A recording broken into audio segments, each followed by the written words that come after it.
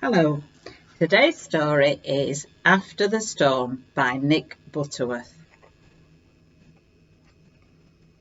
Percy the park keeper couldn't sleep. Outside his hut a great storm was raging, with thunder and lightning and pouring rain. Percy wasn't frightened by the thunder, and he loved to watch the lightning as it lit up the whole park. He didn't even mind the rain. But there was one thing that Percy didn't like. He didn't like the wind. It blew down fences in the park and ripped branches off the trees. He didn't like it one bit. "Oh dear," he sighed as he watched from his window. The wind tugged at the trees, making them creak and groan. "It looks like I'm going to be busy tomorrow." He pulled his pillow over his head and tried to get to sleep. Percy was up early in the morning. The wind had stopped and the sky was clear. Percy loaded up his wheelbarrow with all of the things he would need to make repairs and clear up after the storm.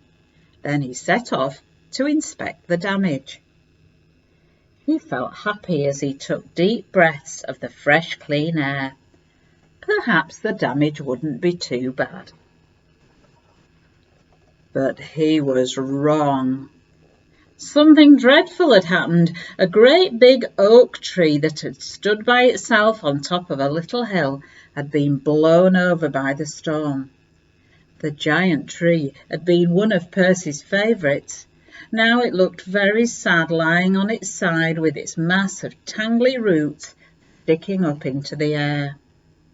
But it wasn't just one of Percy's favourite trees. Some of Percy's animal friends lived there.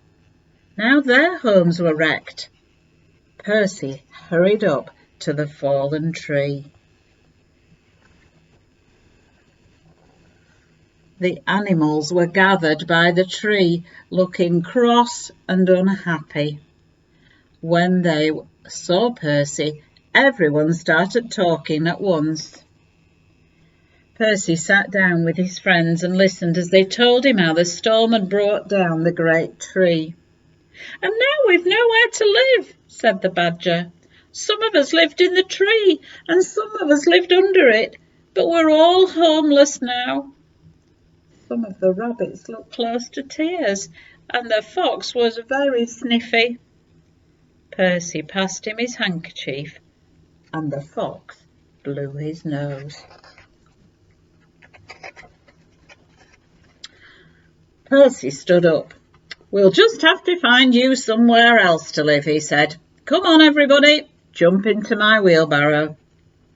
The animals felt better now that Percy was with them. First he took them to the pine wood, but no one wanted to live there. "Too dark," squeaked the mice. "Too gloomy," said the hedgehog. So Percy took them to the shrubbery, but nobody wanted to live in the shrubbery either. "No big trees," complained the squirrels. "No big roots," moaned the rabbits. "Never mind," said Percy. "We'll try across the stream." Percy began to push the heavy wheelbarrow over a little bridge that crossed the stream, but as he got to the middle of the bridge, two things happened. Percy stumbled, and the wheelbarrow decided to see what it would be like to be a boat. Splash! Suddenly, Percy and his friends found themselves drifting downstream to where the stream opened out into a lake. Percy stood up and looked around. "We'll have to paddle back to the shore," he said. But then something caught his eye. "No, wait," said Percy. "Let's paddle across to the other side of the lake. I have an idea." The animals looked puzzled. What was Percy up to? Slowly they paddled the wheelbarrow across the lake.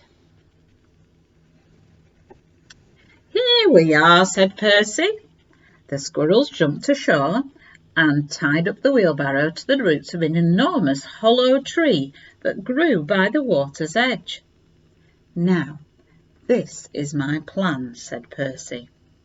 Everyone gathered round as Percy explained his idea.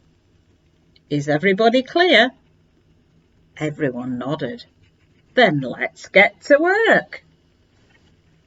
They began by unloading all of Percy's tools and the planks of wood from the wheelbarrow. Then Percy explained exactly what he wanted each one to do. He showed the badger how to use a saw, and he showed the squirrels how to knock in nails. The fox drilled holes and the rabbits screwed in screws. The mice were kept busy fetching and carrying for everyone else. See them. At lunchtime, they took a short break to share some of Percy's peanut butter sandwiches. Then they got busy again. At long last, their work was finished. A very tired Percy stood back to admire their handiwork. Now the squirrels had a brand new home, and so did the mice.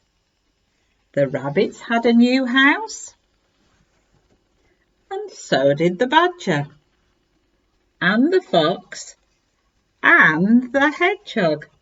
In fact, every one of Percy's friends had a fine new place to live.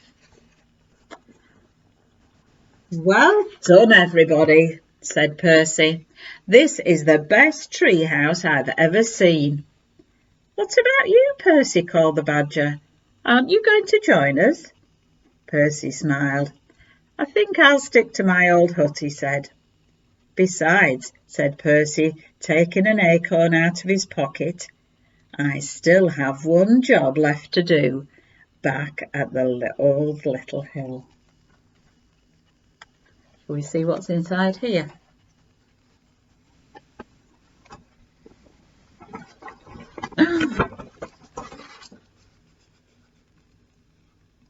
Wow.